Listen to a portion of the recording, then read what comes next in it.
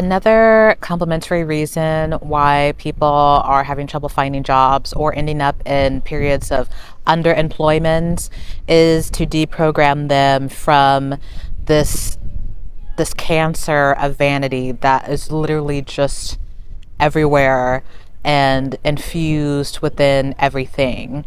Our opinions of what success is and what it means to be a successful person right now is completely based on materialism. It's all about money, degrees, accolades, popularity, or fame. Again, these are all very base things that only matter in this world, but you are on the planet for a spiritual purpose that's higher and greater than anything that the material world has to offer you.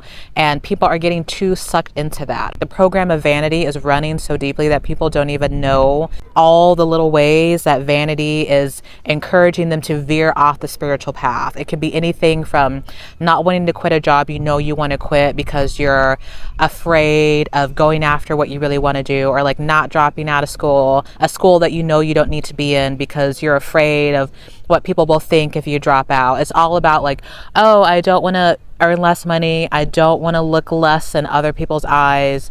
And I don't want to appear less successful by this very shallow standard that we have. And it's killing people.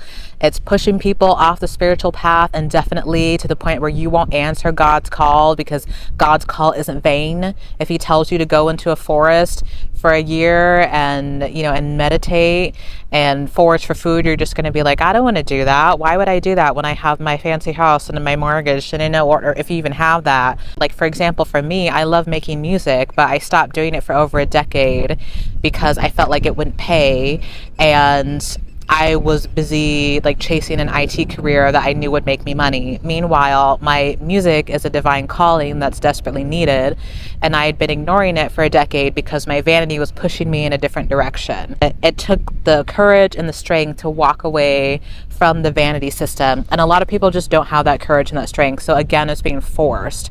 So if you find yourself again like not being able to find a job, ending up very underemployed, it might be time to ask yourself, are you even on the right path in the first place? Like, is it really the right path for you if you can't get there? Because if you're in divine flow, if you're in concert with divinity, things just have a tendency to just kind of flow. It just kind of has a tendency to open up. Not to say there'll never be challenges, but the right opportunities will come at the right time. So if you've been trying and trying and trying and trying, you might want to just take a moment to reflect on if the path you're pursuing is really a divine call. It might